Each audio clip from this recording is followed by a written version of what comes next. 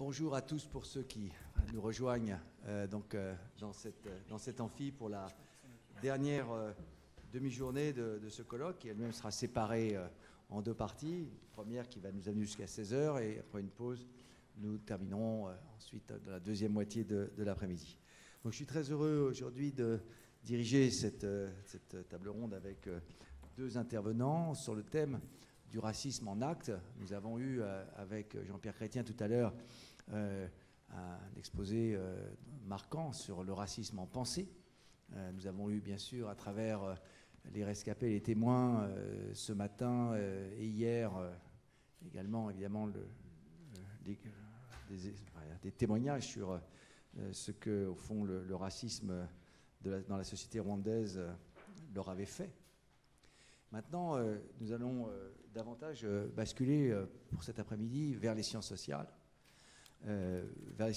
vers l'histoire essentiellement, ou vers l'anthropologie historique, et autour de cette question du racisme en acte, une histoire du génocide des Tutsis, pour la table ronde qui va nous amener jusqu'à 16h. Pour nous aider à y réfléchir, deux jeunes chercheurs-chercheuses, d'une part Florent Piton, doctorant en histoire à l'université de Paris Diderot et auteur d'un livre récent, Le génocide des Tutsis du Rwanda, paru à la Découverte à la fin de l'année 2018, que je vous recommande, qui est sans doute le premier livre de ce type disponible en France, permettant de se saisir de cet objet de manière complète, avec une cartographie, des tableaux, des chiffres, et qui permet de se mettre au point. Sur un sujet comme celui-là, nous manquons cruellement aujourd'hui d'outils de ce genre. Il faut être vraiment très reconnaissant à Florent Piton de s'être attelé à ce travail. Hélène Dumas, ensuite chargée de recherche au CNRS, dont j'aurais aimé vous présenter également le livre, mais évidemment, personne de nous ne l'avait ici. Donc, le génocide au village, tiré de sa thèse, on en a parlé déjà, et qui est paru en 2014. Et Florent va nous parler de la politique génocide à l'échelle nationale, et Hélène Dumas de la question de l'imaginaire, des imaginaires et des pratiques de violence à travers sa manière d'envisager le génocide des Tutsis rwandais. Donc, au ras des collines, dit-elle, au ras du sol, au ras des pratiques, et précisément des acteurs sociaux, ce qui concernera en particulier une question que nous avons touchée à plusieurs reprises, mais pas encore abordée de fond, la question du voisinage. Voilà. Et on essaiera de réserver un temps, bien sûr, pour les questions de la salle. Voilà, alors je passe tout d'abord la parole à Florent Piton pour son propre exposé. Florent, c'est à toi. Merci. C'est bon pour le micro? Oui. Donc je remercie d'abord le Centre de la mémoire d'Oradour-sur-Glane et Babette Robert de l'organisation de ce colloque. Et dans cette communication sur la politique génocide, je voudrais m'intéresser d'abord au rôle de l'État. Alors chacun sait ici qu'il n'y a pas de génocide sans une organisation étatique pour l'organiser, pour le mettre en œuvre. Mais ce que je viens de dire là, c'est un truisme. Une fois que j'ai dit ça, je n'ai pas dit grand-chose.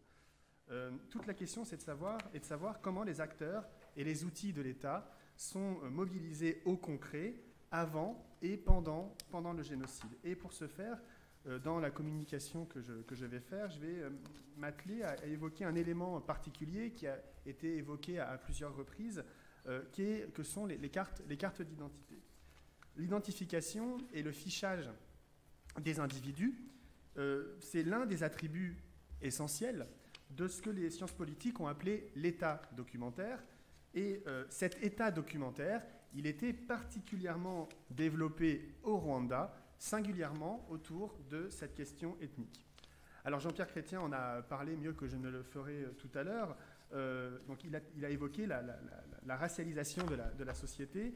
Et un des corollaires de cette racialisation, c'est précisément l'inscription sur les papiers d'identité des catégories que l'on appelait alors raciales, que l'on a appelées ensuite ethniques, sur ces papiers.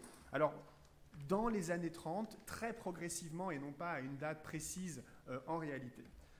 Il y a quelques travaux qui ont été menés sur ces questions récemment et je vais pas y insister ici, seulement préciser qu'à partir donc, des années 30, commencent à circuler au Rwanda, au Burundi, les livrets d'identité qui, au départ, sont similaires à ceux qui circulent au Congo belge.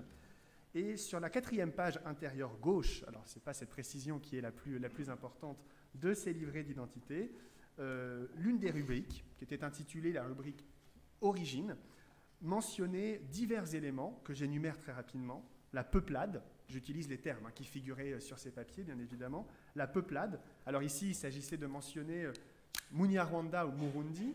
Ensuite, la tribu, c'est encore le terme qui était utilisé. Donc là, on mentionnait la catégorie Hutu, Tutsi, Hutois. Et enfin, la chefferie. Et là, on mentionnait la colline ou la région d'origine du titulaire de ce livret d'identité. Et encore une fois, la mise en circulation de ces livrets d'identité, elle est progressive. Elle n'est pas une date en tant que telle que l'on peut donner. En novembre 1944, un nouveau modèle de livret d'identité est publié en annexe d'une ordonnance sur le recensement et la mobilité des populations. Et on reprend cette organisation dans cette page mentionnée, réservée à l'origine, sauf que le mot « tribu » a été remplacé par le mot « race ». J'imagine que ce changement sémantique, il est surtout lié au fait que désormais, ce sont des livrets d'identité spécifiques au Rwanda, au Burundi, d'où le fait que l'on emploie ce mot race et plus le mot tribu qui était davantage utilisé dans le contexte congolais. Donc ça ne veut pas dire qu'il y a un changement en tant que tel de l'appréhension des catégories identitaires au moment de la mise en circulation de ce nouveau livret d'identité.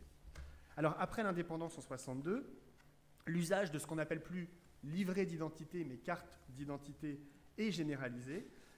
Et c'est sans doute à ce moment-là, plutôt après l'indépendance, que l'identification ethnique ou raciale devient de plus en plus centrale. Et c'est après l'indépendance... Alors, je vais peut-être vous montrer une carte d'identité, j'aurais dû le faire dès le départ. Alors ça, c'est donc le modèle de la carte d'identité qui est mise en circulation à partir de 1981. Et vous voyez, donc, sur la page intérieure de ces livrets d'identité, sous la photographie du titulaire de la carte, cette mention Ubwoko, et c'est ce dont je vais parler tout de suite, traduite dans ce modèle 1981 par le terme d'ethnie avec une série de mentions, et l'on barre les mentions inutiles, j'allais dire. Et donc, je le disais, l'usage des livrets d'identité se généralise sans doute plutôt après l'indépendance, et c'est, me semble-t-il, plutôt après l'indépendance également, que ce mot précisément Ubwoko change de sens pour désigner l'identité dite ethnique. Auparavant, ce terme Ubwoko désignait sans doute plutôt appliqué aux personnes la catégorie clanique dont Jean-Pierre Chrétien vous a parlé tout à l'heure.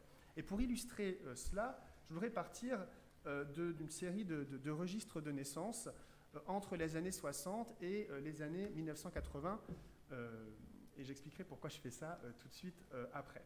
Alors ça, c'est un registre de naissance de 1963 d'une commune du nord-ouest du pays, de la commune de Nyakinama. Alors il y a toute une série d'informations qui sont mentionnées sur ces registres de naissance. Quand on déclare une naissance à la commune, il y a un numéro d'enregistrement qui est attribué, je vais peut-être zoomer un petit peu, le nom de l'enfant, son sexe, sa date de naissance, le nom de ses parents, et cette catégorie, ensuite, Ubwoko, que l'on traduit par famille, et en 1963 encore, on mentionne, alors vous lisez peut-être pas très bien ici, mais j'allais dire, faites-moi confiance, les catégories claniques. Donc là, j'en ai un autre exemple de 1972-1973 d'une autre commune. Commune Kalago, c'est une erreur, c'est pas préfecture Ruangeri, c'est commune Gisenyi. Vous me pardonnerez pour l'erreur que je vois en reprenant mon PowerPoint.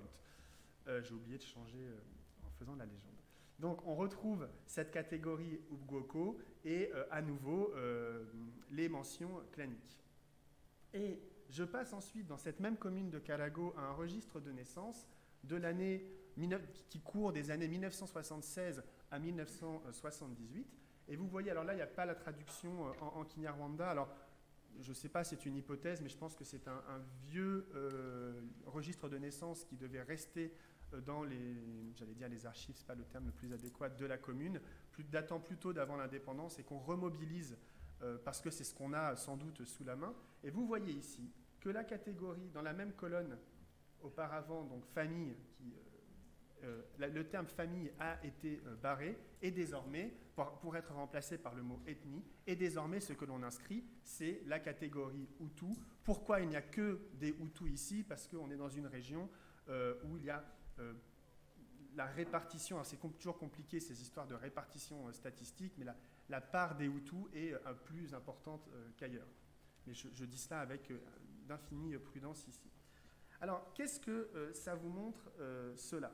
Ça vous montre en fait, directement après l'indépendance, dans les premières années après l'indépendance, les enfants n'étaient pas encore directement enregistrés comme Hutu, Tutsi, Hutois. Ça ne veut pas dire qu'on ne savait pas, entre guillemets, ce qu'ils étaient. Ce sont deux questions un peu différentes, mais l'appréhension de l'identité par l'État, elle n'est pas encore exclusivement centrée autour de la question ethnique. Alors c'est quelques documents que je viens de montrer ici ne permettent pas de dater le glissement avec une précision infinie. Il faudrait en fait mener des enquêtes sans doute sur des registres de naissance de manière beaucoup plus extensive pour en dresser des conclusions en tant que telles.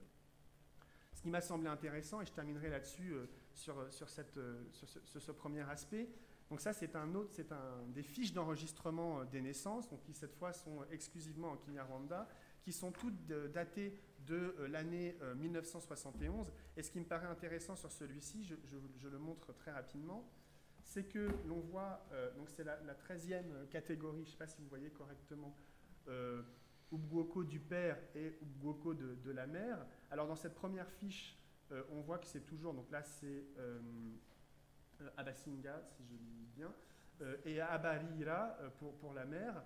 Et puis dans une autre fiche, quelques pages plus loin, on voit que cette catégorie clanique, on la complète par la mention de la catégorie dite ethnique, et puis encore quelques pages plus loin, on ne mentionne plus que la catégorie ethnique. Donc il y a quelque chose sans doute qui se passe dans les années 1970, ça reste à être daté très précisément, où cette catégorie dite ethnique devient l'élément primordial d'identification des individus. Ce qui soulève l'hypothèse, qui est la suivante, que le processus de racialisation des identités, il n'est pas achevé au moment de l'indépendance, bien entendu, et que le temps colonial ne résume sans doute pas tout.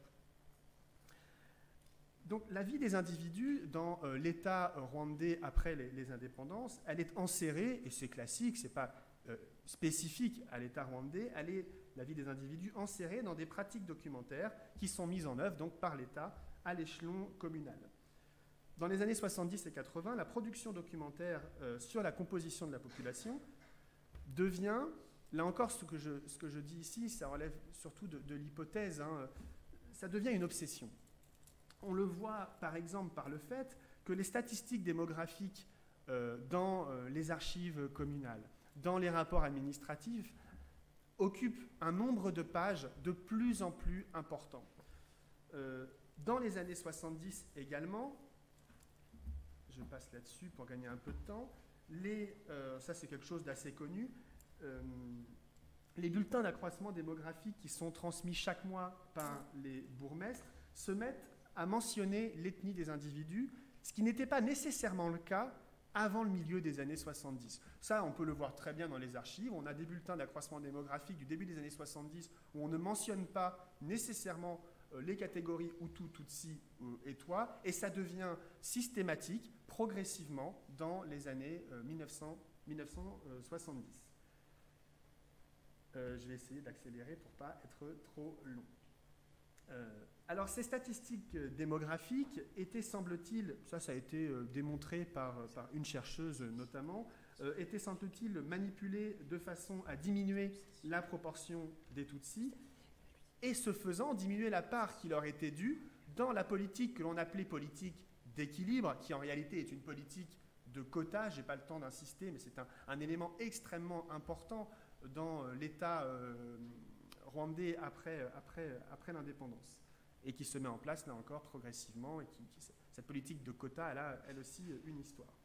Donc, la statistique sont manipulées de façon à diminuer la proportion des Tutsis et la part qui leur est due, et dans le même temps, et non sans contradiction d'ailleurs, on craint la diminution des Tutsis dans la population totale. On observe que la part des Tutsis diminue, et l'on attribue cela à des manœuvres potentielles des Tutsis eux-mêmes.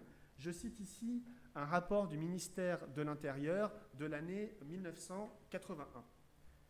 Je cite, « La population Hutu est passée de 88,42% en 1979 à 88,53% en 1980, tandis que la population Tutsi est passée de 11,05% en 1979 à 10,94% en 1980. La précision des chiffres valant commentaire à elle seule.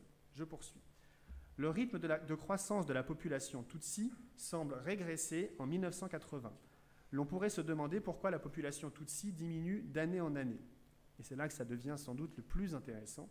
Les raisons supposées être à l'origine de cette baisse sont les mariages mixtes à sens unique entre les Hutus et les filles Tutsi, ainsi que la falsification d'ethnie dans les déclarations faites à la commune.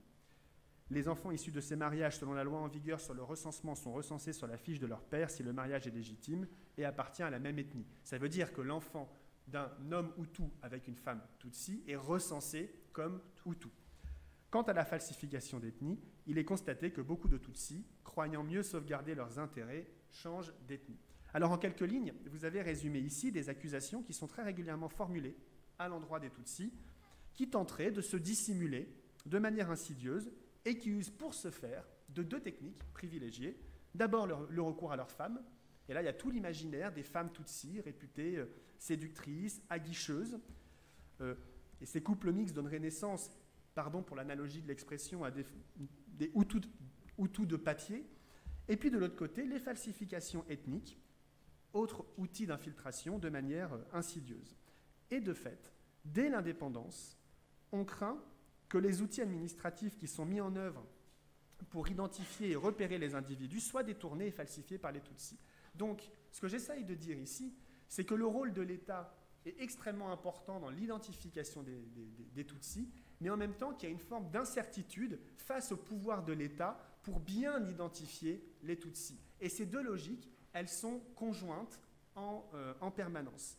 Dès le début des années 70, les falsifications ethniques sur les papiers de la part des Tutsis font partie des grandes préoccupations de l'État à tous les niveaux.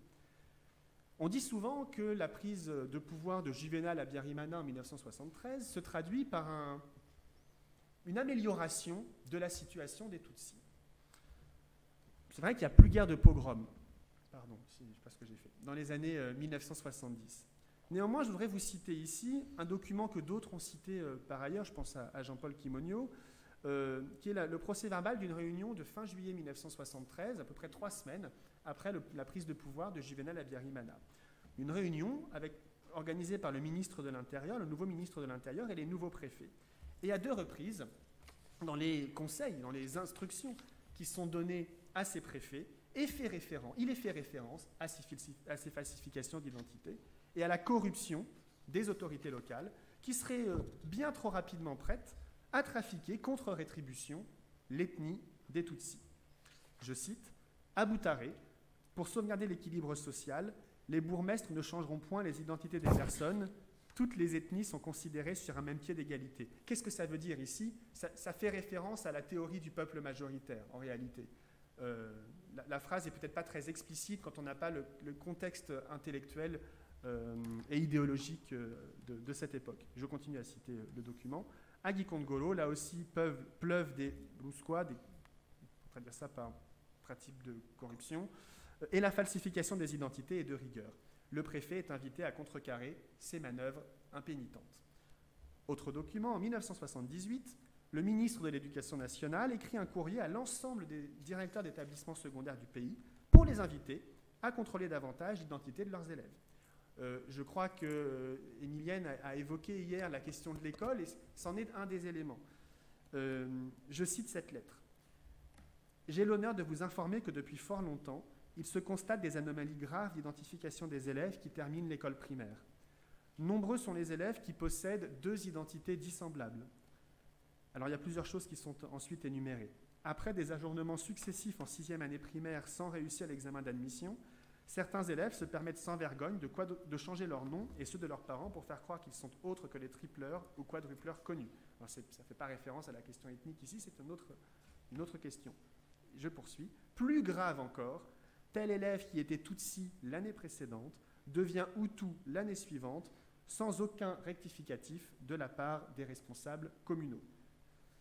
Dans d'autres cas, ils réduisent leur âge pour apparaître toujours plus jeunes, si bien que, curieusement, un élève grandit, mais son âge reste stationnaire. Alors, je pourrais multiplier les exemples. Ce qui me paraît intéressant dans cette première partie, c'était de montrer donc, l'importance donnée par l'État à cette identification ethnique. Et l'État n'est pas le seul, hein, bien entendu, ce n'est pas ce que je veux dire, mais c'est un des éléments essentiels dans ces processus d'identification des individus, et en même temps la forme d'incertitude à l'endroit de cette capacité de l'État à bien identifier les individus. J'en viens au génocide lui-même. Pendant le génocide, les cartes d'identité sont un élément, un instrument extrêmement utile aux tueurs pour identifier les cibles et déterminer qui assassiner. Il s'agit notamment de repérer aux barrières les Tutsis par la mention sur leur papier. Les barrières ne sont pas un lieu d'anomie. Il y a des règles qui régissent l'organisation des barrières. Et les acteurs de l'État, à tous les niveaux, tentent de contrôler le fonctionnement et l'action de ces barrières.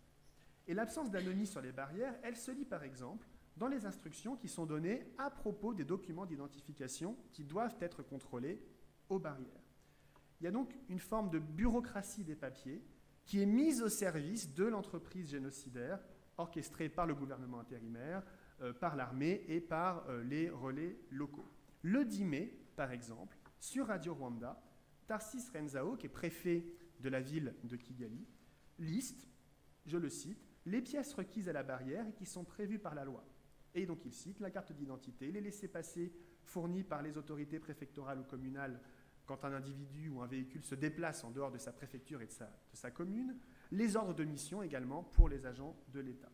Le 14 mai, autre exemple, les participants au conseil préfectoral de Boutaré, qui est une préfecture du sud où le front se rapproche, au milieu du mois de mai, les participants au conseil préfectoral de Boutaré rappellent un ensemble de règles auxquelles il faut s'astreindre pour contrôler l'identité des personnes et vérifier qu'aucun, entre guillemets, ennemi n'en profite pour passer la ligne.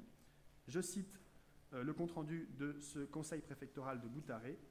Ceux qui fuient doivent s'arrêter à une distance d'entre 10 et 20 mètres du barrage routier.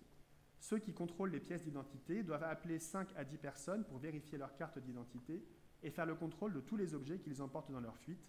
Ils ne doivent pas avoir honte de fouiller dans les habits qu'ils portent, car c'est là que les malfaiteurs cachent des munitions ainsi que d'autres matériels militaires. Alors, ce que je viens de dire ici, ça pourrait nous laisser croire que le contrôle des papiers et des documents d'identification opèrent dans un contexte strictement guerrier. En gros, que le contrôle des papiers d'identification, c'est un simple outil dans le cadre de la guerre contre le FPR. Vous imaginez bien que cette lecture-là, elle est évidemment, pour le moins, un peu courte. Le 1er juin, plusieurs membres d'une barrière de Kigali sont interrogés pour un reportage sur Radio Rwanda. Certaines interventions dans ce reportage du 1er juin sur... On n'est pas sur la RTLM, on est sur Radio Rwanda, soulignent bien que les meurtres aux barrières, qui sont d'ailleurs assumés publiquement dans ce reportage, sont justifiés par des indices tout à fait ténus, qui pourraient tout aussi bien révéler des réfugiés Tutsis qui fuient les massacres que des soldats du FPR, entre guillemets, infiltrés. Je cite un des extraits de ce reportage, est interrogé un milicien du nom de Félicien Mouniezamou, dont le vocabulaire par ailleurs est imprégné de l'idéologie anti-Tutsi, je le cite. Nous avons posté les gens au barrage routier afin de procéder au contrôle. Nous laissions partir ceux qui avaient les pièces requises. Jusque-là, apparence de l'égalité. Enfin, je continue. Quant à ceux qui n'en avaient pas, nous faisions attention et nous nous assurions qu'ils les avaient réellement perdus. On a l'impression que tout est fait dans les règles pour ne pas cibler un simple civil, en gros. Je poursuis. Nous n'avons arrêté personne, à part 2 Inyenzi, qui n'avaient aucune pièce où figurait la mention Rwanda.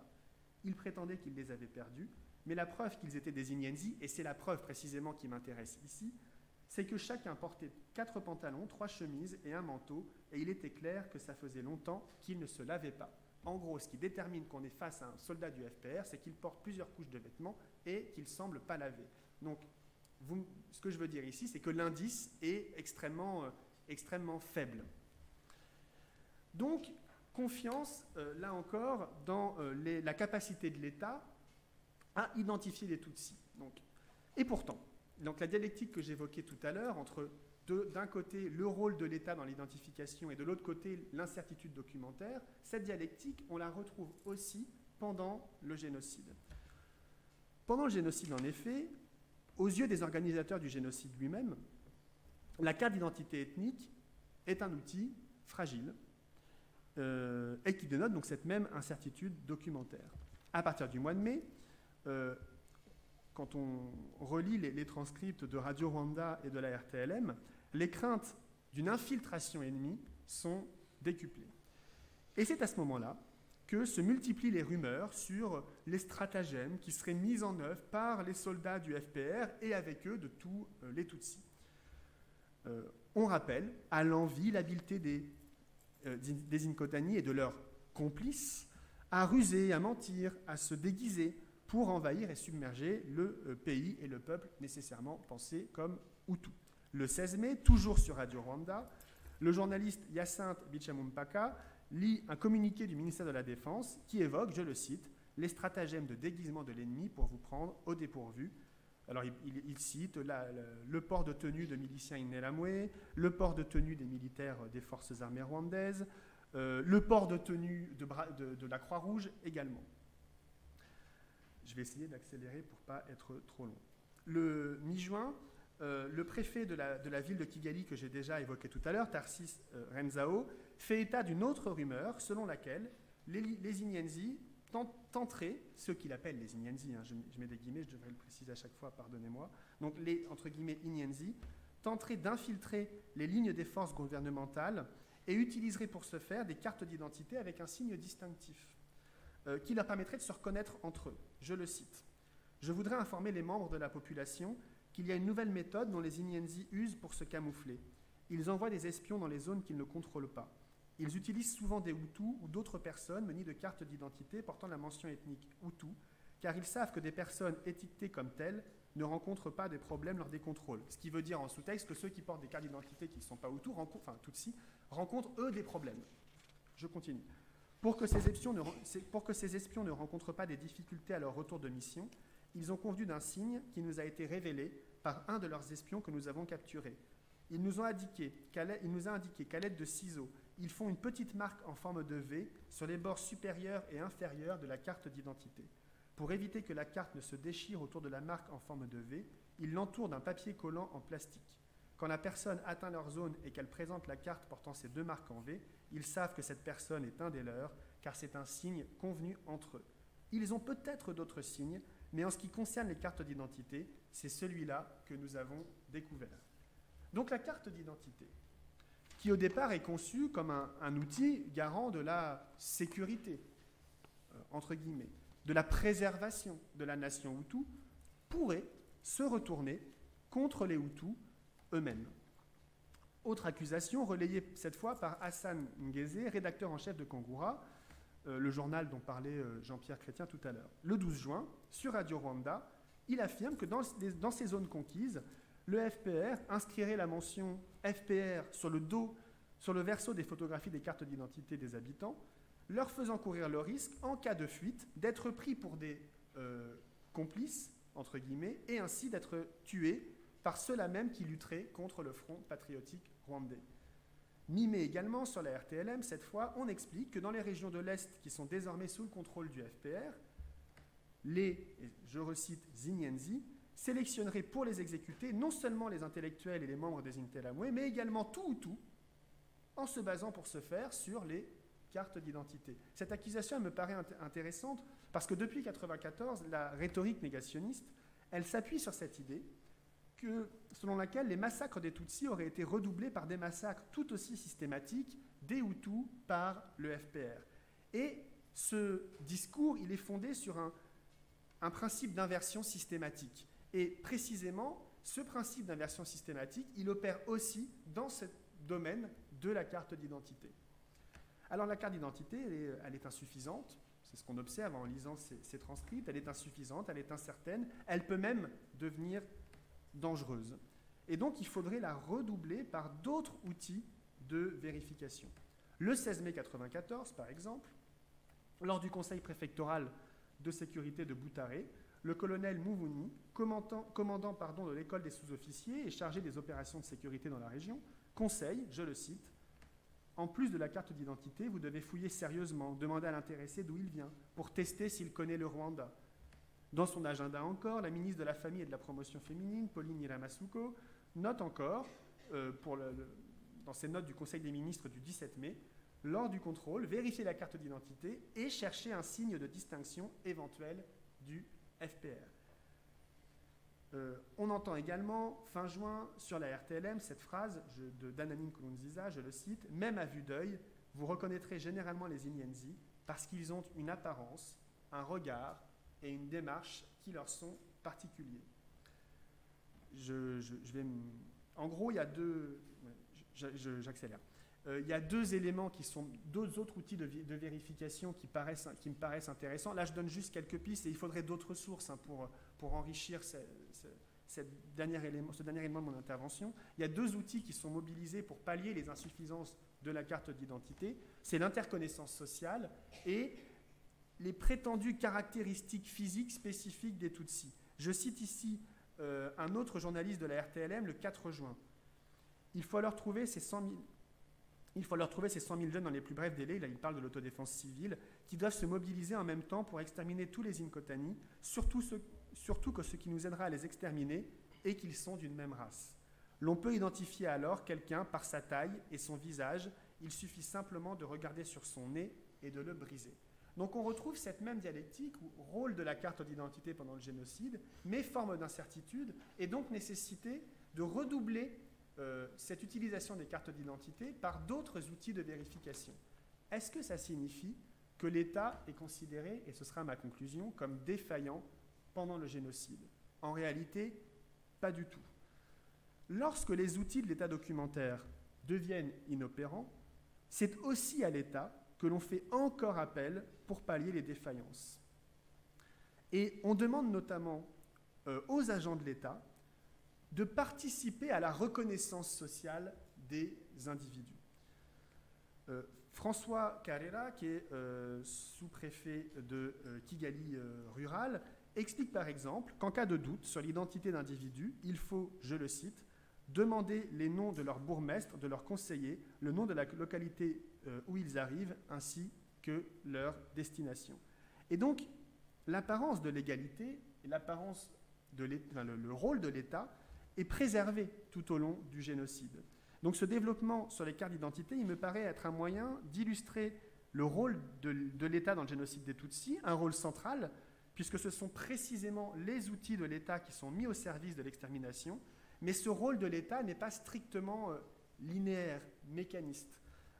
Et donc, je m'arrêterai là-dessus. Le rôle de l'État n'est pas strictement linéaire et mécaniste. Je vous remercie.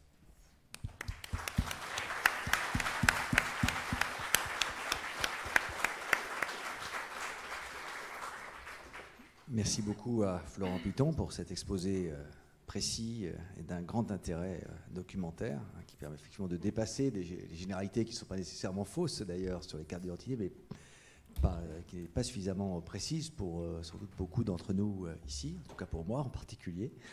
Et je cède maintenant la parole à Hélène Dumas, donc sur l'imaginaire, sur ces questions d'imaginaire et de pratique de la violence, et notamment sur les questions du voisinage.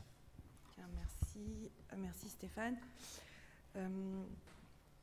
Donc ça va peut-être être un relais de ce que vient de dire Florent, mais à une autre échelle. Ce que je vais tenter de vous présenter ici, c'est une bien modeste lecture anthropologique, d'histoire anthropologique du génocide des Tutsis, à travers trois objets, les lieux de massacre, le corps, ce qui est fait au corps, et le corps est en soi une carte d'identité, hein, Florent vient de le mentionner, et la langue de l'extermination pour tenter de décrypter le sens de la violence qui s'est déployée pendant le génocide des Tutsis. Alors ce génocide, il a été, vous le savez, perpétré en moins de 3 mois, d'avril à juillet 1994, et il est donc marqué par une extrême fulgurance et une très grande efficacité. Et c'est aussi important donc de rappeler qu'au cœur de cette efficacité se trouve un État extrêmement solide pendant le génocide. Et qu'environ 1 million de personnes aient été assassinées en une séquence chronologique aussi brève nourrit sans doute encore un certain nombre de représentations d'une tuerie certes terrible et tragique, mais anomique, insensée, hein, et pour finir, si familière aux ténèbres africaines. Il y a eu aussi beaucoup d'explications en termes psychiatriques qui ont été avancées. Je pense ici à un des textes publiés par Jean d'Ormesson en juillet 1994, où il avançait que l'ensemble de la population rwandaise ferait bien d'aller consulter un psychiatre. Voilà comment il est résumé l'explication du génocide. Or, au printemps 1994, les discours de haine ont révélé toute leur puissance performative. Les mots sont devenus des actes et les imaginaires racistes se sont inscrits dans les corps des victimes, dans les corps des victimes appartenant au groupe voué à disparaître. Refuser de voir ce qui a été fait au corps et au lieu et à la langue, c'est-à-dire refuser de voir les pratiques de massacre et de cruauté, c'est s'interdire non seulement une compréhension véritable de l'événement, mais également de ses effets dans l'après-coup, et en particulier pour les survivants.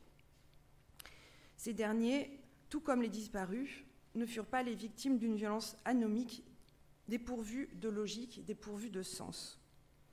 Et envisager les pratiques de mise à mort et les pratiques de cruauté comme un langage n'est pas une approche nouvelle en sciences sociales, propre à ceux qui tentent de comprendre l'histoire du génocide des Tutsis. Déjà, Denis Crouzet avait décrit les tueries et les mises en scène macabres réservées au corps des protestants comme la réalisation d'une parole dans le champ gestuel. Je le cite, « Les gestes de la violence sont une parole, un système cohérent de signes qui sont agencés de telle sorte qu'ils énoncent la vérité prophétique. » Et de même, traitant de la question de la cruauté, cette violence qui n'a d'autre fin qu'elle-même, l'anthropologue Véronique Naumgrapp insistait sur la nécessité de mettre au jour une grammaire des gestes cruels dont l'efficacité symbolique tenait à sa compréhension commune entre les tueurs et les victimes. Au Rwanda aussi, pendant les 3 mois du génocide, on a vu se déployer un spectre considérable de pratiques de violence, de pratiques violentes et cruelles, à partir desquelles peut se lire les logiques qui leur ont donné tout leur sens. Les tueurs n'ont pas accompli leurs actes, y compris ceux qui pourraient nous sembler dès l'extérieur les plus irrationnels, dans la fureur d'un accès de folie. Ils visaient l'efficacité réelle et symbolique du massacre. Et donc c'est à partir de ces pratiques, à partir de la matérialité de la mise en œuvre des tueries, des lieux, des corps et des mots, que je proposerai de décrire ici le racisme en actes. D'abord, les lieux. Proposer une géographie du massacre. Avec le génocide naît une géographie nouvelle. Pour les victimes, elle se traduit par la réversibilité meurtrière des lieux sacrés et des espaces du familier. Ces 2 lieux où la plus grande partie des Tutsis, la majorité des victimes, ont trouvé la mort. Pour les tueurs, cette géographie se parsème de lieux de tuerie, engendrant une toponymie spécifique au génocide. Je pense ici à tous les lieux qui ont été baptisés par les tueurs et parfois par les victimes également comme des Golgotha, là encore la référence au religieux est très importante, aux multiples CND. Le CND, c'était le parlement qui se trouvait à Kigali et où était cantonné un bataillon du FPR. Or, sur les collines, lorsque se trouvait une concentration un peu trop nombreuse de Tutsis aux yeux des tueurs, eh bien ces lieux étaient baptisés CND. ou encore d'autres toponymes comme Iseta ou Ibagiro qui font cette fois référence à la boucherie, hein, puisque ces lieux renvoient aux abattoirs.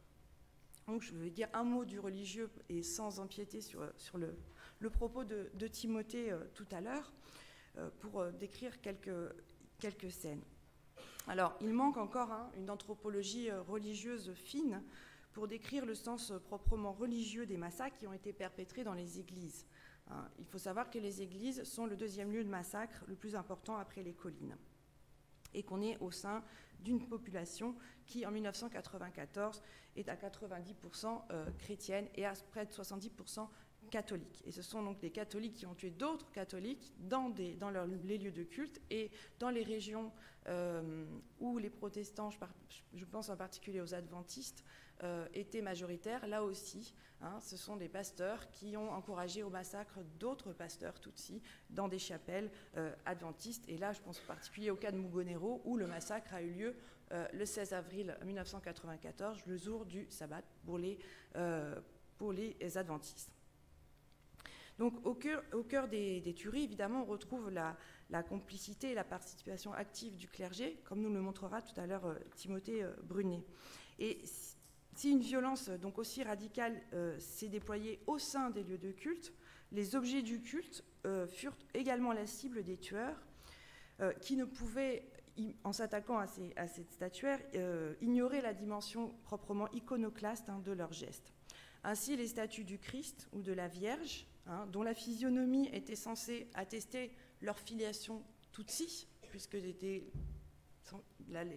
représentations de la Vierge ou du Christ avaient le nez fin, les attaches fines, etc., qui renvoyaient aux stéréotypes somatiques des Tutsis. Donc ces statues subirent le même type d'atteinte que les victimes, donc le nez, le doigt, les têtes écrasées au gourdin. Elles aussi, donc ces statues, ces objets religieux appartenaient à un univers que les tueurs voulaient irrémédiablement anéanti. Et c'est bien de cette assimilation des figures sacrées au monde de l'ennemi dont on rend compte donc ce témoignage saisissant, donc rapporté par un homme hutu considéré comme un complice qui était membre de la communauté de l'Emmanuel, fondée au début des années 1990 par Cyprien Lugamba, un grand poète rwandais, et qui a été assassiné le 7 avril, le premier jour du génocide, avec sa femme et quelques-uns de ses enfants. Voilà, et ses 6 enfants. Merci, mon père. Donc, voilà le témoignage de cet homme qui était traqué comme pour sa proximité supposée avec les Tutsis, donc de sa propre communauté religieuse. Il écrit « Lorsqu'ils, les miliciens, donc, ont pénétré dans l'oratoire, le chef a regardé le grand crucifix. Comme s'il en avait peur, comme s'il avait des reproches à se faire devant Jésus qui le dérangeait, il a manqué de mots. Il est resté longtemps silencieux, puis il est sorti.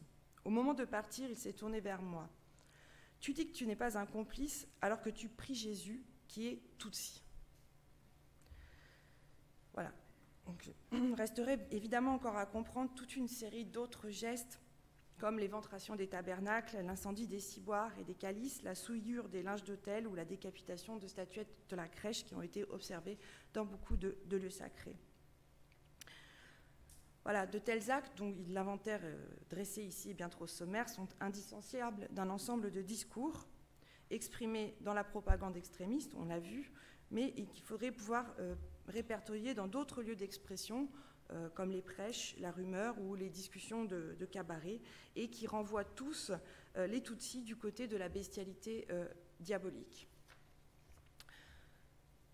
Je voudrais maintenant passer à un autre type de lieu, les lieux du familier, c'est-à-dire les collines, le lieu où les Tutsis ont trouvé la mort en masse. Peut-être une des singularités du génocide des Tutsis qu'il faut souligner ici, c'est qu'il a eu lieu dans un espace-temps très bref. Donc j'ai rappelé la chronologie tout à l'heure, mais le Rwanda est un très petit pays, 26 000 km², Et l'une des premières décisions qui a été prise, c'est évidemment de faire en sorte que la communauté internationale parte du Rwanda. Elle est partie. Qu'il y ait très peu d'observateurs extérieurs qui restent à l'intérieur du Rwanda, que le massacre se passe à huis clos dans les frontières fermées. Et la première obsession des bourgmestres, des conseillers de secteur, de toute l'administration locale, c'est que les gens ne bougent pas, qu'il n'y ait pas de grands mouvements de population, pariant précisément sur l'interconnaissance sociale. Il fallait que les Hutus de tel secteur s'occupent des Tutsis de tel secteur.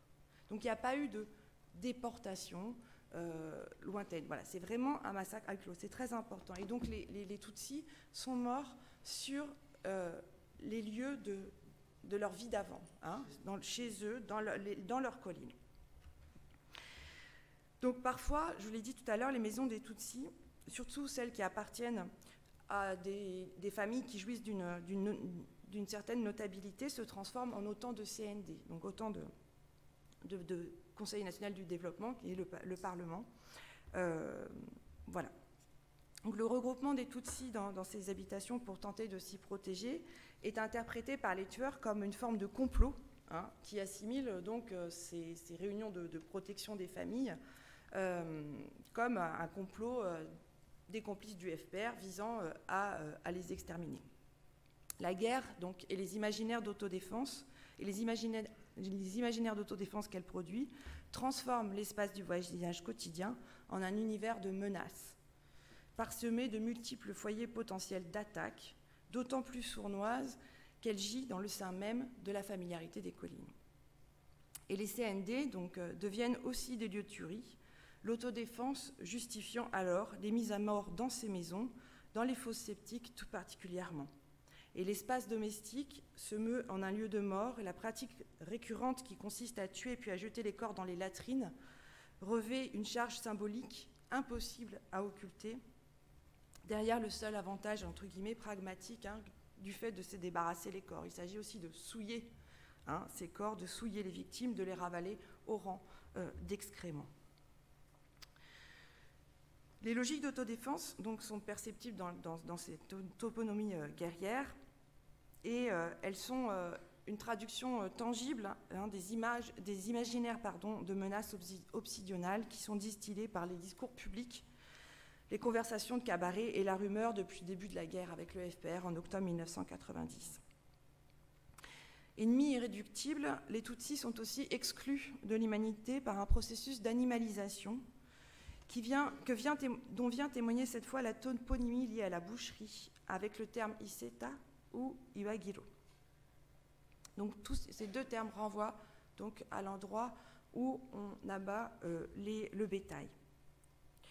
Et les Tutsis sont considérés comme du bétail et assassinés comme tels. Et je voudrais ici citer un peu longuement un extrait d'un témoignage d'un enfant survivant qui a écrit donc son témoignage.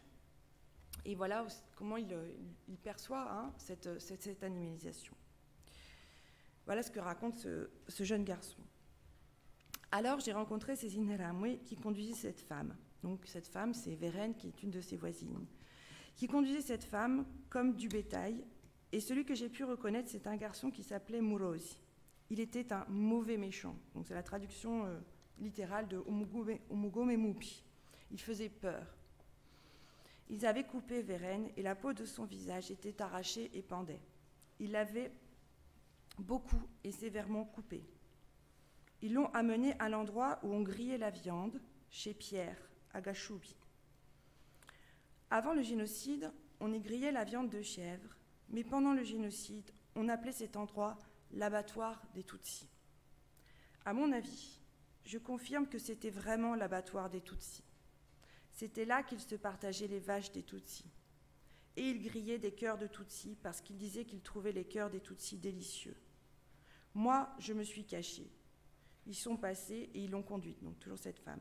Cela m'a rendue très triste parce que je l'aimais.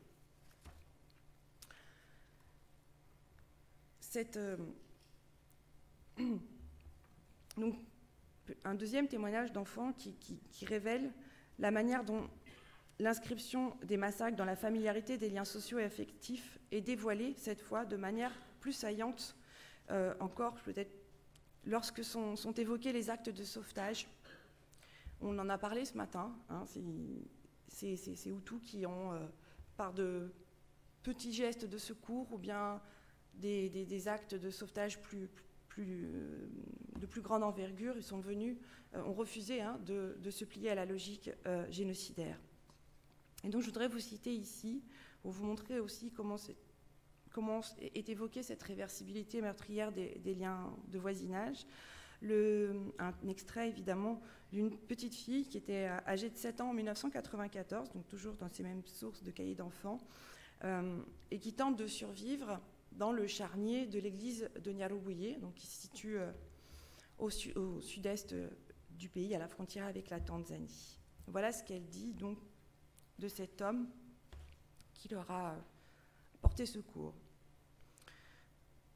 Ce qui me chagrine beaucoup, c'est qu'il est venu et nous a dit que son nom est Rudahunga. Sa bonne action, alors qu'il ne nous connaissait pas, a touché mon cœur.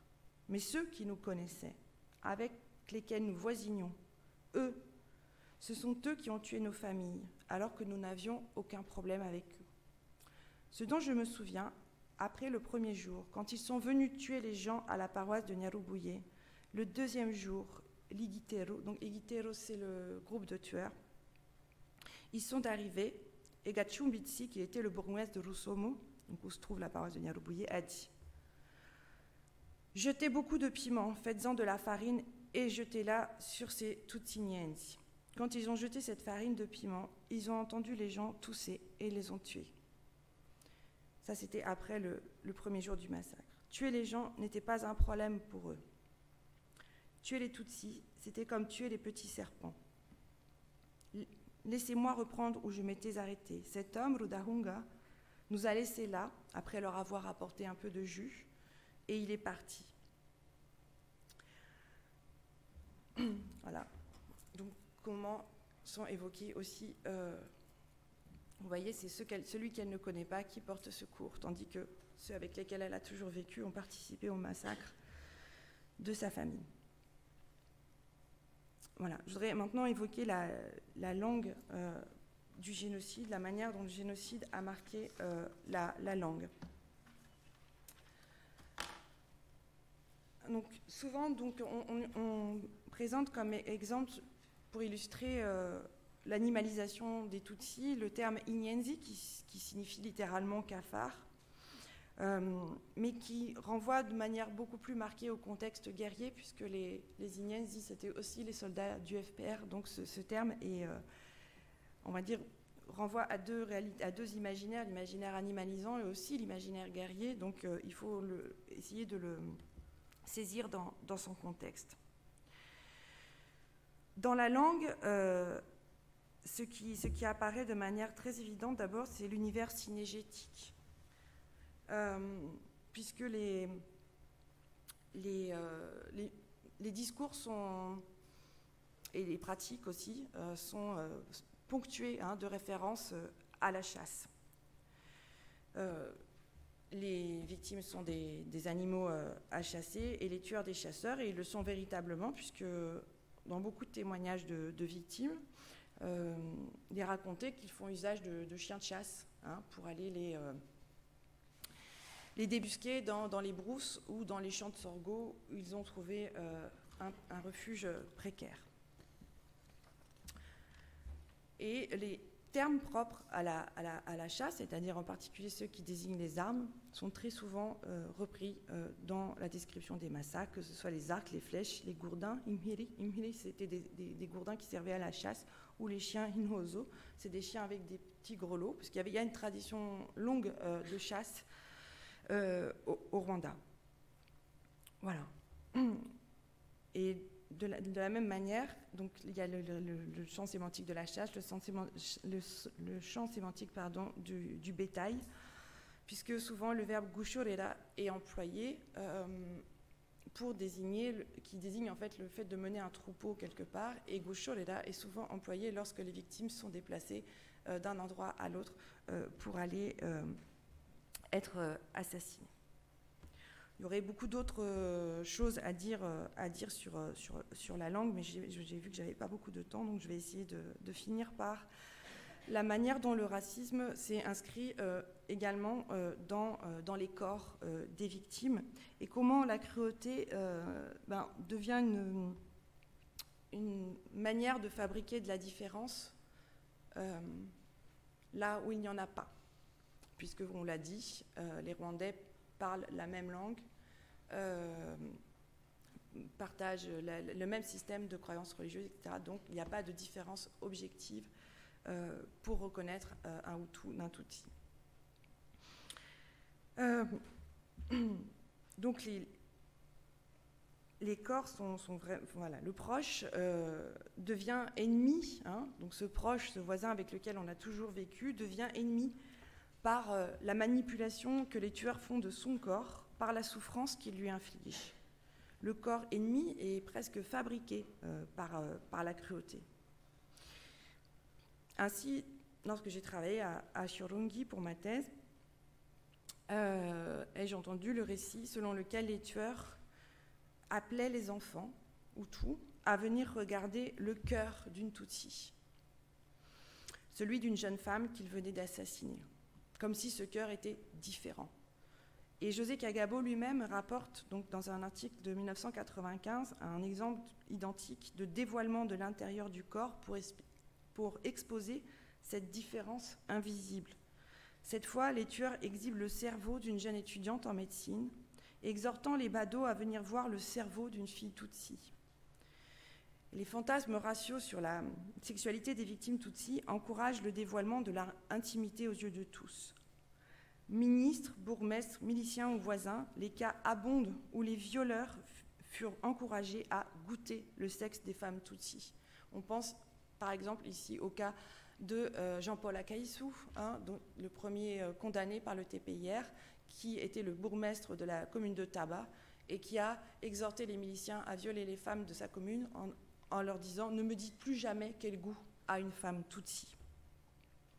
De telles pratiques de dévoilement d'un sexe imaginé sous le signe d'une défiance radicale se trouvent largement rapportées dans l'un des tout premiers rapports produits par l'Association des veuves du génocide, AVEGA, engagée dans le soutien donc, aux femmes qui avaient été violées pendant le génocide.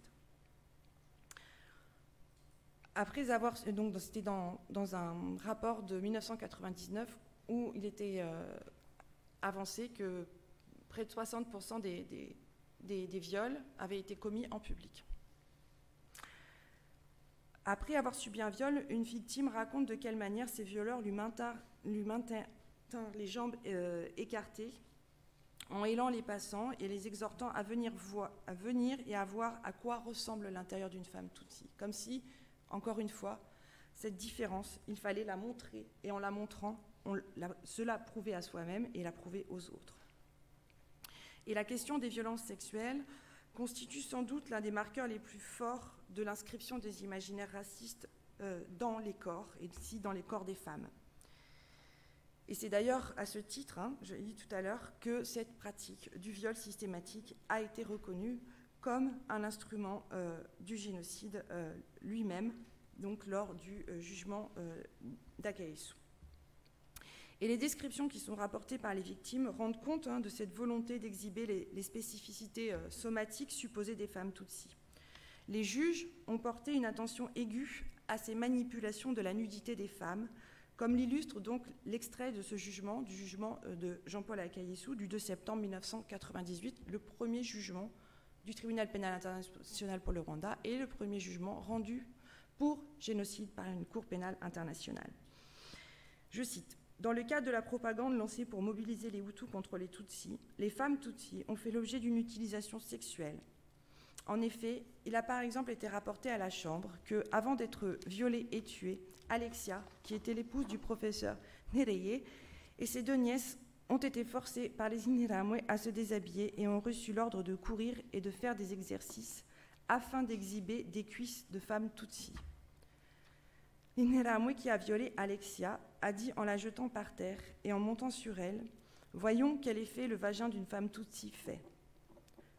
Comme indiqué ci-dessus, l'accusé lui-même, s'adressant à des Interahamwe qui commettaient les viols, leur a dit « Ne me demandez plus jamais quel est le goût d'une femme Tutsi ». Donc le viol n'est ni une manifestation d'un débordement sexuel, ni la traduction inexorable d'un contexte d'anomie et d'opportunisme sexuel produit par la guerre. Ici, dans ce contexte, le viol constitue bien une performance de la propagande, pour reprendre les mots de Véronique Naumgrap. Dans et par le corps des femmes s'inscrit l'intention exterminatrice, nourrie elle-même par des imaginaires raciaux. Et quand la différence n'est pas recherchée à l'intérieur du corps, ce sont les particularités somatiques fantasmées du corps Tutsi qui sont l'objet de l'attention cruelle des tueurs. Nez, côte, vergeture, taille et forme du crâne, dentition, forment autant de signes corporels manifestant l'étrangeté de l'autre à abattre. Et les vérifications aux barrières s'opèrent non seulement sur le fondement des cartes d'identité, mais souvent les gens n'ont pas de carte d'identité, et c'est le corps qui devient une carte d'identité. Dans plusieurs témoignages dans lesquels je travaille, les enfants racontent qu'on leur compte le nombre de côtes. Voilà, que leur physionomie est scrutée par les tueurs. Voilà, donc je vais essayer je vais conclure. Je voudrais conclure en rappelant les traits frappants issus d'un article de la propagande raciste véhiculé par le journal Kangura. C'est dans un article qui est paru en janvier 1991 et qui est intitulé « Où la langue des seigneurs s'est-elle égarée ?» dans le numéro 9 de Kangura. Donc, dans cet article, les journalistes appellent les Hutus à retrouver leur langue originelle, le Gihutu, qui n'a jamais existé, et cette langue originelle qui leur aurait été propre et leur aurait été volée par les Tutsis. Donc les Tutsis auraient volé la langue des Hutus, donc cette unité linguistique est contestée. Il les exhorte également à se méfier des croyances maléfiques des Tutsis. Et enfin, toujours dans cet article, il s'acharne à récuser l'ancienneté du partage du territoire entre Hutus et Tutsis, puisque les Tutsis sont présentés comme des envahisseurs, selon l'hypothèse amitique qu'a rappelé Jean-Pierre Chrétien ce matin. Et c'est en somme tous les éléments qui constituent le ferment de l'unité nationale rwandaise qui sont tour à tour récusés. La langue, la religion et le partage de l'espace. Les Tutsis sont exclus de ces trois facteurs d'unité nationale et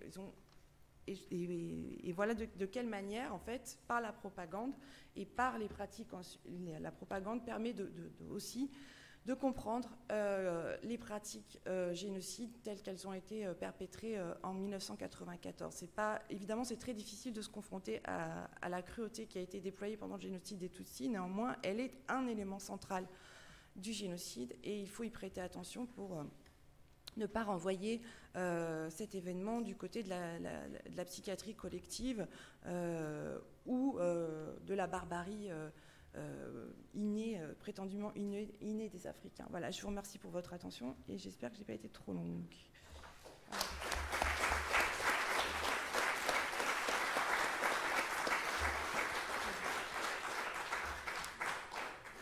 Merci Hélène pour cet exposé. Donc, chacun a bien compris qu'il était d'une dureté frontale, mais pour rappeler ce mot de pays qui a été cité hier, il faut parfois voir ce que l'on voit. Et comme le temps évidemment passe vite, j'aurais bien des commentaires à faire, des questions, etc. aux deux intervenants, mais je vais me retenir de les poser. De poser ces questions, de faire ces commentaires. Et je cède tout de suite la parole donc à la salle. Donc, qui souhaite poser une question? Annette, madame. On va faire un round de questions pour ramasser un peu, pour ramasser le plus possible de questions d'un temps très bref. Merci beaucoup pour deux exposés absolument passionnants et horribles. Et justement, je voudrais venir pour faire suite à ce qu'a dit Jean-Pierre Chrétien ce matin, venir à la comparaison avec d'autres génocides. Ce que vous avez raconté sur le marquage administratif et sur les cruautés diverses et variées ressemble à beaucoup de marquages et à beaucoup de cruautés ayant eu lieu contre les Arméniens, contre les Juifs, par exemple. Et ma question est celle-là. Comment, alors que la recherche sur les Arméniens, sur les Juifs, a tant d'avance, pourquoi est-ce qu'on n'arrive pas, à mon avis, à arriver aux conclusions qui sont les vôtres tous les deux maintenant?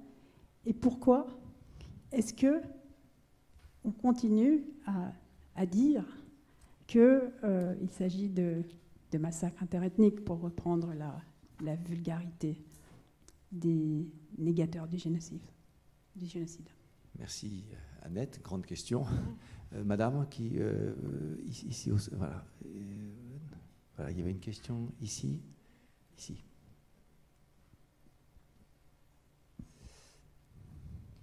Oui, d'un côté, je suis entièrement d'accord avec toi, et de l'autre côté, je vois un très très grand problème de manque de prise en compte de certaines sources. J'ai beaucoup travaillé sur certains auteurs, pas sur tous, mais certains auteurs qui ont travaillé avec Alfred Rosenberg. Et ce que vous décrivez, c'est exactement ce qu'eux, ils voulaient faire. Et c'est une autre manière de colonisation qu'eux, ils ont décrit encore comme quelque chose de plus difficile que la colonisation simple des Anglais qui viennent seulement pour dominer, parce que ce qu'eux, ils doivent faire, ils doivent vraiment nettoyer le territoire d'une population inadéquate. Donc c'est moi qui résume. Et j'ai commencé à faire une recherche sur les recherches nazies sur la colonisation dans la Grèce antique. Et c'est tellement énorme que j'ai abandonné parce qu'il y a vraiment un philologue qui doit s'y mettre là-dessus. Mais on peut télécharger, toutes les revues philologiques nazies sur, si on va à la bibliothèque Sainte-Geneviève à Paris, par exemple. Donc tout est en France. Il faut connaître la langue allemande, il faut connaître la langue grecque. Mais on a des dizaines de revues, on a des milliers de pages, justement pour trouver la bonne méthode de colonisation.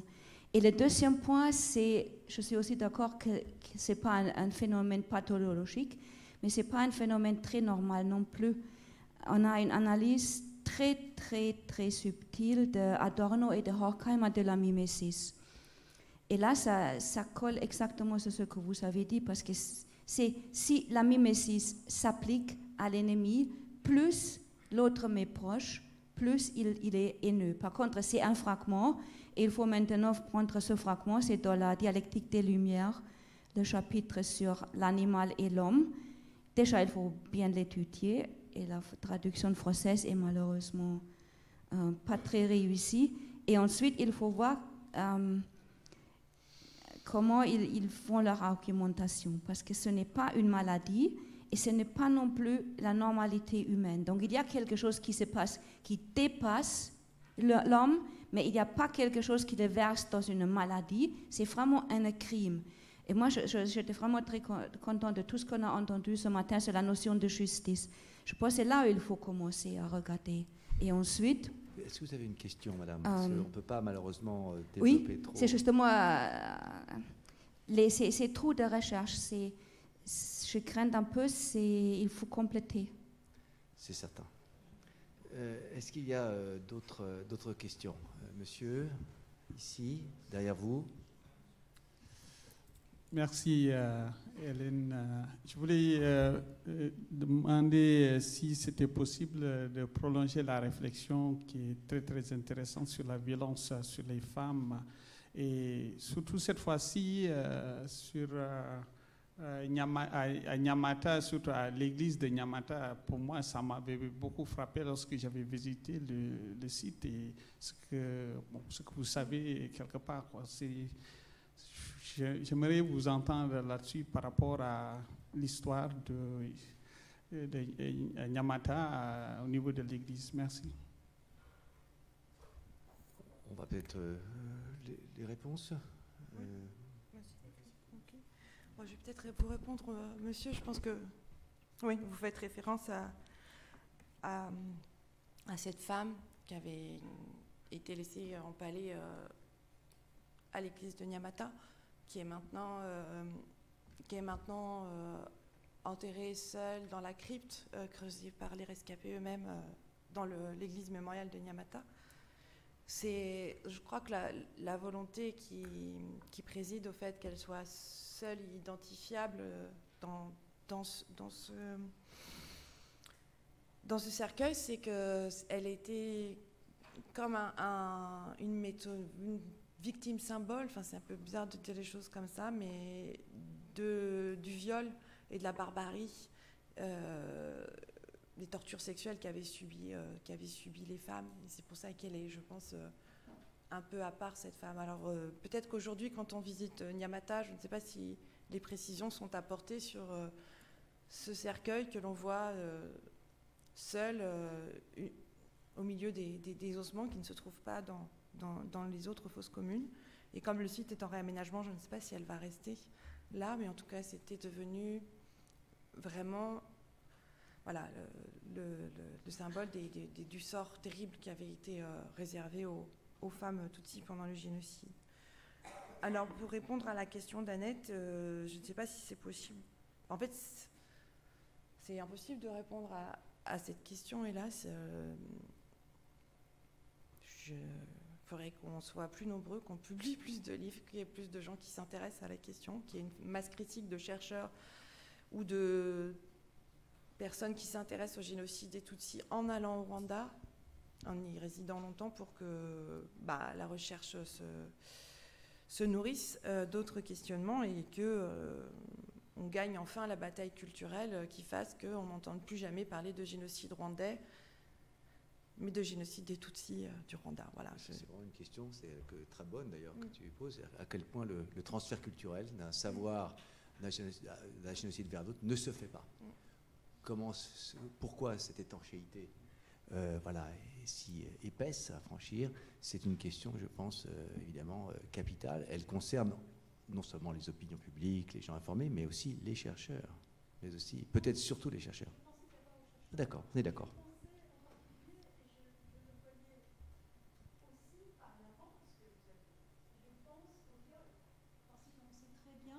Merci. On sait très bien que dans le génocide des Arméniens, le viol a été une arme massive, comme dans le génocide des Tutsis. Or, les spécialistes du génocide des Arméniens n'y connaissent rien. On dit il y a eu viol, point, c'est fini, fermé, la parenthèse. Donc tu veux dire comment un savoir... Le savoir sur le Rwanda est extrêmement en avance, au contraire. Et le transfert ne se fait pas dans les deux sens. C'était ça que je voulais dire. Et je pense qu'il faut que nous, qui travaillons sur plusieurs génocides, il faut que nous arrivions justement à capitaliser sur votre avance, sur des tas de choses, parce que c'est le dernier génocide du XXe siècle, parce qu'on ne travaille plus maintenant de la même façon, pour faire avancer les choses pour les autres génocides d'avant, et pour les faire avancer d'un point de vue, je dirais, alors là, intellectuel et politique, sur celui du génocide des Tutsis. En fait, c'est la notion de transfert cognitif qu'il faut... Voilà, transfert cognitif dans les deux sens. On est d'accord. Dans les deux sens.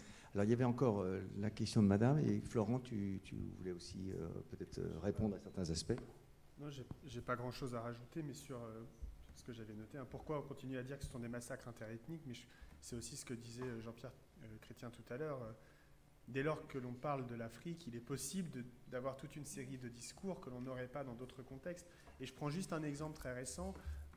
Dans le journal Le Monde, où il y a eu cette caricature, j'ai oublié, je crois que c'était le 11 ou le 12 avril, pardonnez-moi si c'est peut-être pas la bonne date, avec ces deux personnages tête tranchée qui étaient en train de se battre, et la légende portait sur, en gros, la réconciliation.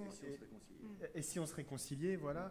Et qui est une caricature, un dessin qui rentre tout à fait dans cette logique de au Rwanda, ce qui s'est passé, c'est des massacres interethniques, dans un journal qui, par ailleurs, a une couverture médiatique de la commémoration extrêmement bonne. Et ça nous montre que, y compris dans un journal qui a une bonne couverture médiatique de la commémoration, je pense qu'on peut tous s'accorder là-dessus, certaines formes de pesanteur, dès lors que l'on parle de l'Afrique, reste possible. Et cette ambiguïté du journal Le Monde, elle illustre peut-être ça. C'est une réponse un peu passe-partout que je fais, mais...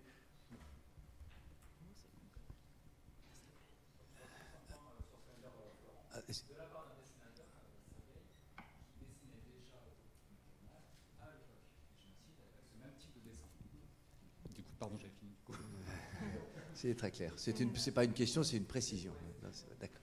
Le Père Laurent, vous souhaitez poser une question? Oui, c'est pas une question, c'est seulement pour ceux qui veulent pousser les recherches sur la violence au niveau du viol des femmes. Chez moi, c'est étonnant que le fameux bourgmestre que j'ai mentionné ce matin, Gatete, Jean-Baptiste, qui est parmi les grands génocidaires du pays, et lui, à ce niveau, il avait mis un groupe de femmes tueuses, donc des femmes qui aidaient, les inhérents des miliciens, hommes et garçons, il a mis inhéramente, donc les femmes, un autre groupe de femmes qui allaient chercher d'autres femmes. Alors j'ai trouvé qu'il pointait du doigt des jeunes filles belles à violer. Oui, cette question de la complicité de femmes dans le viol des femmes est effectivement fait partie de cet apax que représente le génocide rwandais. À la fois, on est bien d'accord pour dire que toute une série de pratiques se sont produites auparavant et ailleurs, et en même temps, il y a une configuration très particulière, à mon avis, en termes de radicalité, et qui pose évidemment aux sciences sociales un défi très spécifique. Il y avait monsieur là-bas, en haut, voilà, monsieur là-bas. Allez, voilà, peut-être la dernière question, parce que là, le temps, malheureusement, nous est compté. Bonjour, merci. Je m'interrogeais par rapport à vos recherches, notamment M. Audouin-Rousseau, sur la Première Guerre mondiale et la question non pas seulement de la propagande, mais aussi de la pression du groupe sur les individus qui pourraient être moins incités à entrer dans l'action. Et quand on parlait des groupes qui partaient pour participer au génocide, et que vous l'évoquiez très justement ce matin, tous les Hutus n'ont pas forcément participé. Et je me demande si justement dans ces groupes, on ne pourrait pas s'interroger un petit peu sur la pression de certains sur les autres pour inciter tout le monde à contribuer, pour inciter tout le monde à tuer, et les conséquences éventuelles sur certains qui n'ont peut-être pas participé. Je pourrais tous répondre, mais ce que je veux vous dire, c'est qu'effectivement... C'est pas forcément seulement à moi que ça s'adresse. Pour un historien de la Première Guerre mondiale, effectivement, et des questions d'atrocité, il sait évidemment que le groupe est une puissance, que le groupe n'est pas beaucoup plus qu'un agrégat d'individus, et deuxièmement, que dans un groupe de tueurs, ou dans un groupe de violeurs, il y a toujours un ou plusieurs individus qui cristallisent la violence du groupe, qui l'expriment et qui l'entraînent. Le groupe n'est pas neutre, il a sa dynamique propre, me semble-t-il. De ce point de vue, et ce qu'on peut observer, me semble-t-il, au Rwanda va, me semble-t-il, tout à fait dans ce sens, d'une hiérarchie en termes de créativité meurtrière dans le groupe. Je ne sais pas si c'est l'avis de Florent et d'Hélène. Il faut que vous concluiez. Allez-y, répondez, et on y va. Oui, sur cette question de la pression, alors... que ce soit un facteur qu'on ne puisse pas écarter a priori, c'est évident, mais je pense à un auteur qui pose plein d'autres questions par ailleurs, donc, mais ce n'est pas l'objet, mais je crois que c'est Omar Magdoum dans un de ses articles qui montrait qui a fait des enquêtes statistiques. Alors on peut s'interroger sur les enquêtes strictement statistiques, c'est pas ma question, mais il pose la question à une série des personnes qui l'enquêtent, de savoir ce que l'on risquait si l'on ne participait pas au génocide. Et la réponse, finalement, consiste à dire qu'on ne risquait pas grand-chose. Ceux qui risquaient quelque chose, c'est ceux qui participaient activement à la protection des Tutsis, mais c'est évidemment pas du tout la même chose. Donc que la pression existe, oui, mais c'est pas voilà, il faut nuancer le rôle de cette pression. Et puis il faut la définir, cette pression. Elle s'exerce dans quel terme, avec quel moi, ce qui me frappe beaucoup, en tout cas en travaillant à l'échelle micro, c'est l'autonomie meurtrière de ces groupes. Et ça ne veut pas dire que c'est parce que certains sont des paysans que c'est des imbéciles et qu'il faut leur donner un ordre pour qu'ils y répondent de manière mécanique. Il y a des paysans qui étaient convaincus qu'il fallait mener la guerre totale contre les Tutsis sur leur colline.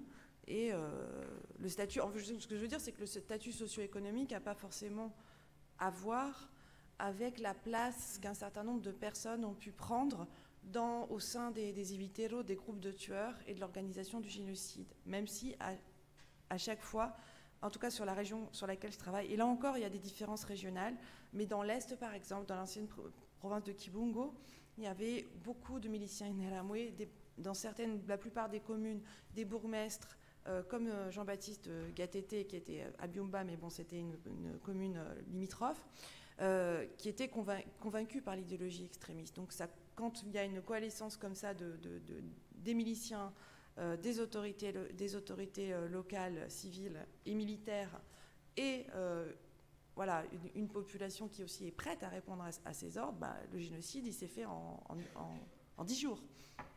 Voilà. Merci encore à Florent Piton et Hélène Dumas. Et nous nous retrouvons dans un quart d'heure, 16h15, pour la dernière session de ce colloque. Merci.